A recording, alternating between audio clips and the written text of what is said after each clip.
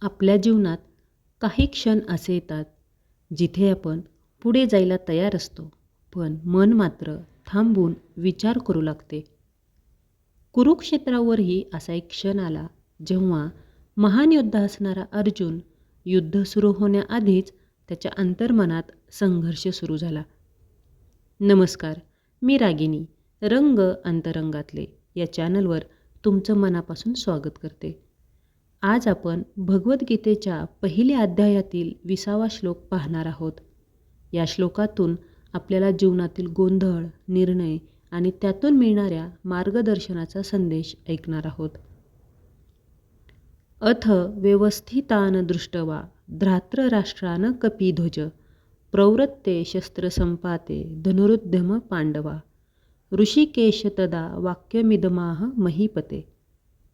अर्थ, कपिध्वज म्हणजे हनुमान असलेला ध्वज धारण करणारा अर्जुन हा धृतराष्ट्राच्या पुत्रांची सेना व्यवस्थित उभी आहे हे पाहून युद्ध सुरू होण्याच्या क्षणी आपले धनुष्य उचलतो.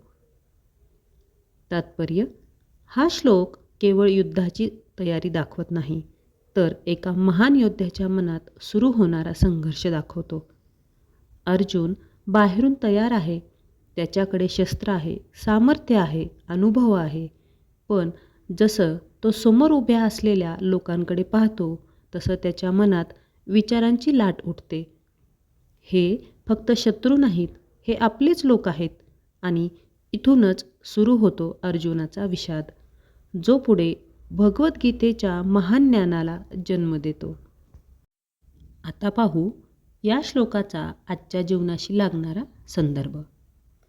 आपल्या आयुष्यातही असे काही क्षण येतात. बाहेरून आपण सगळं सांभाळतो, काम, जबाबदाऱ्या, नाती, पण अंतर्मनात काहीतरी चाललेलं असतं.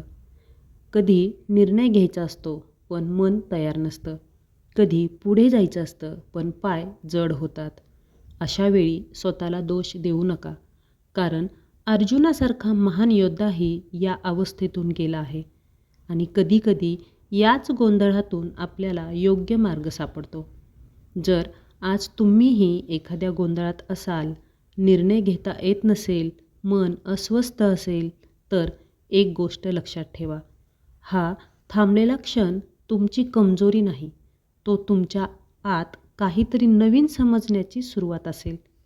त्यामुळे स्वतःला वेळ द्या, स्वतःला समजून घ्या, कारण प्रत्येक गोंधळानंतर स्पष्टताही येतेच. कुरुक्षेत्रावर अर्जुनाने धनुष्य उचलले, पण त्याच वेळी त्याच्या मनात प्रश्नही उभे राहिले. आणि हेच प्रश्न पुढे भगवद्गीतेचे अमूल्य ज्ञान बनले. म्हणून कधीकधी आपल्या जीवनातील गोंधळही आपल्याला योग्य दिशेने घेऊन जातो. जय श्रीकृष्ण. धन्यवाद.